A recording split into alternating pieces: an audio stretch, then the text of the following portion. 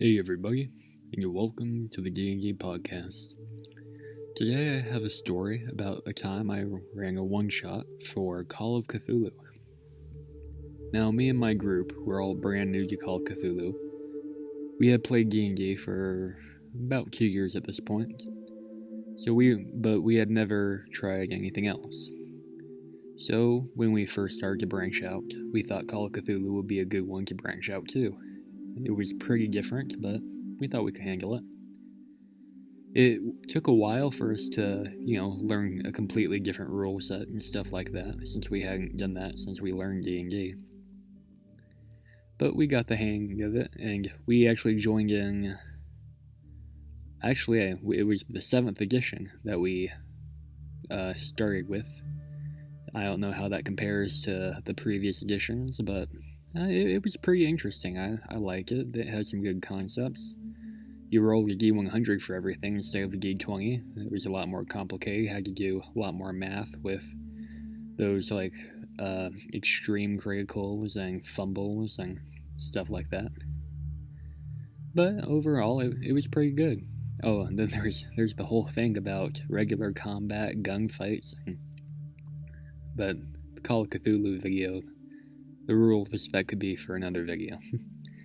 This is the time that we ran a one-shot. The one time we ran a Call of Cthulhu one-shot. It started with 3 investigators going onto a boat.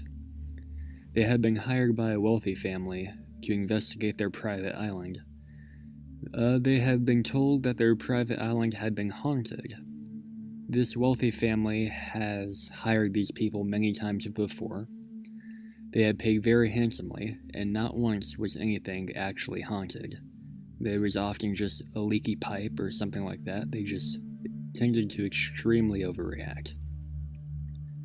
The group was expecting something similar, so they hopped on a boat, and it was more of a cruise liner, because that was taking them to the closest thing to their private island. After they got to more of a main island, they would take a smaller boat out to the private one. So they get on this cruise ship, and they find their rooms, they sail in. It's going to be about a 2-day trip.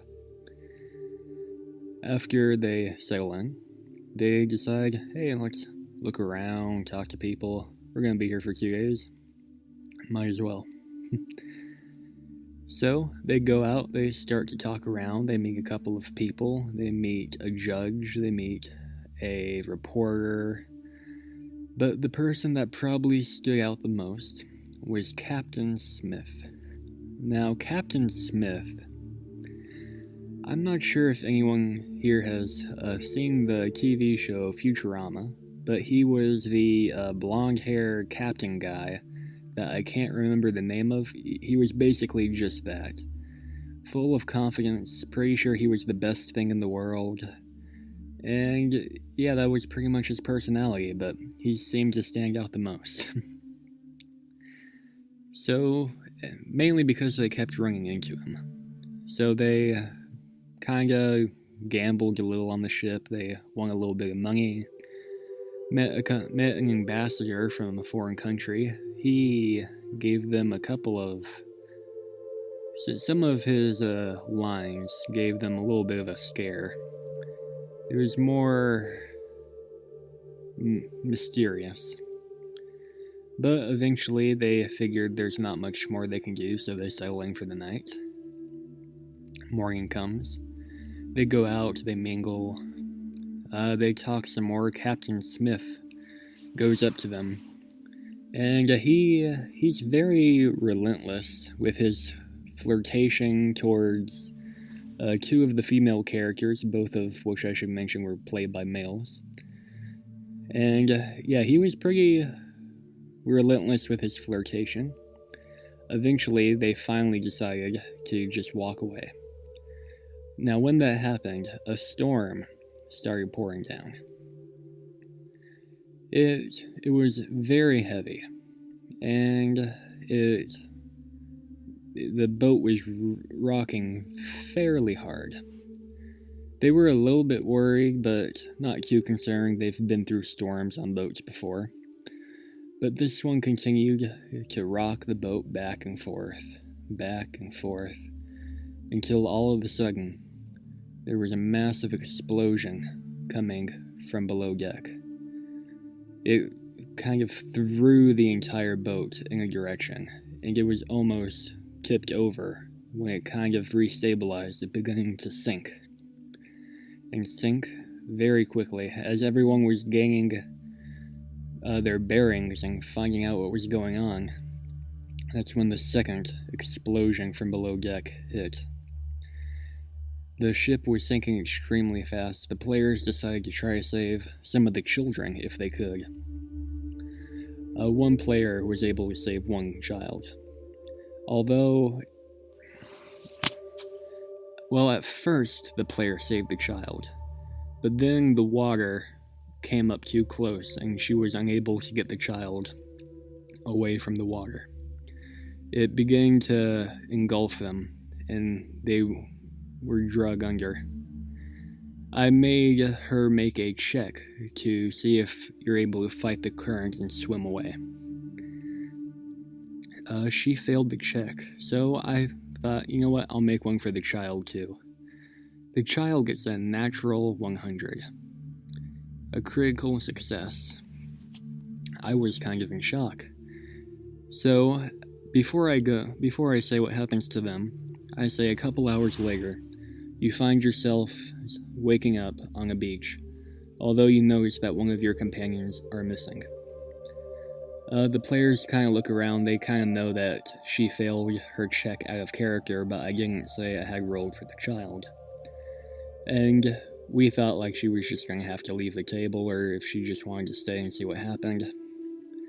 It was up to her. But instead, I then revealed to them, until you see a child dragging her out of the water, and she then the nurse that was also on the ship begins to use CPR and is able to get the water out of her lungs.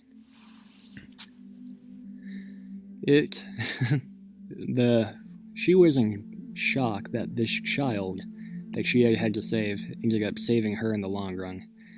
It was kind of funny, and we still bring that up. But more importantly for the characters, they were stuck on this island. They had no idea where they were. They didn't know what to do, and they knew that probably no one was coming for them. They decided to kind of set up camp on the beach, right help in the sand, that kind of thing. Though after a while, they decide, you know what, let's explore this island. I'm sure there's food here. They begin to explore. And each time they go back, something has changed about the area they had explored. It's never the same there and back, and then when they return to where they were, it's changed. The only thing that stayed the same was the beach that they made camp on. It was very strange, and it was starting to mess with them because they were hearing sounds. They would hear birds, and then when they would turn to look, they would see nothing. They would find footprints, but they would just vanish. When they looked back to see if they had followed the trail wrong, the trail was never there.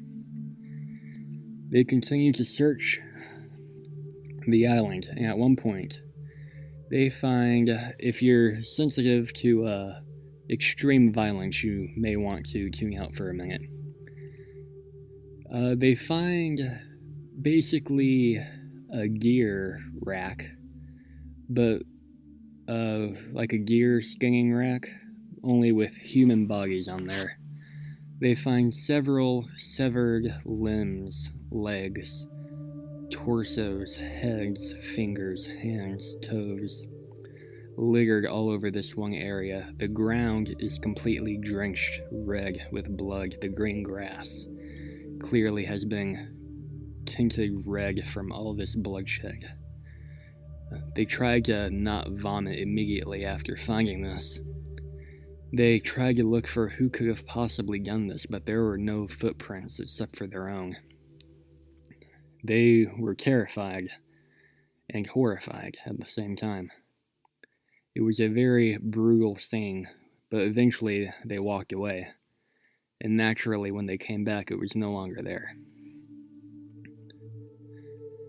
Eventually, after about 4 days of searching, they found this giant totem. It was almost 100 feet tall and 50 feet wide. I was rolling on a random table for what they would encounter, and I knew where they were on the island, so when they encountered this, I didn't think too much at first. So then they say, we want to gently knock it over and see if there's anything under it. I say, okay, make some strength checks for me, and especially if you want to gently do it, this thing is extremely heavy. So they all actually succeed with flying colors. They actually hadn't been rolling that well this session, so this was a nice change of pace. So they gently tipped it over, and they were, all of them together, including all of the surviving passengers and crew members, were able to gently put it down, and they saw that there was nothing under it. So now, remember the girl that had to be saved by the child? Now, the funny thing about her, when she was rolling for her stats, under her strength, she was one of the strongest people on Earth. She could out-bench press a weightlifter, and that's one of the reasons it was so funny that she was saved by a child. Now, with that in mind, she said she wants to flip this totem. I say, you want to like pick it up, or and she's like, yeah, I want to pick it up. I want to spin it and then just plop it on the ground. She rolls a critical success. There were only 2 of those during the entire night, and that was the second one. I say, because of where they are, I'm a little bit worried. So I do a few calculations to figure out about how much this would weigh, and about how much hollow ground could support being a massive totem dropped on. The sum of it is, she picks this thing up, she kind of spins it around in her hands and drops it like a hot potato, and the entire ground caves in as they all fall through. They're in front of a couple of stone walls with messages on them.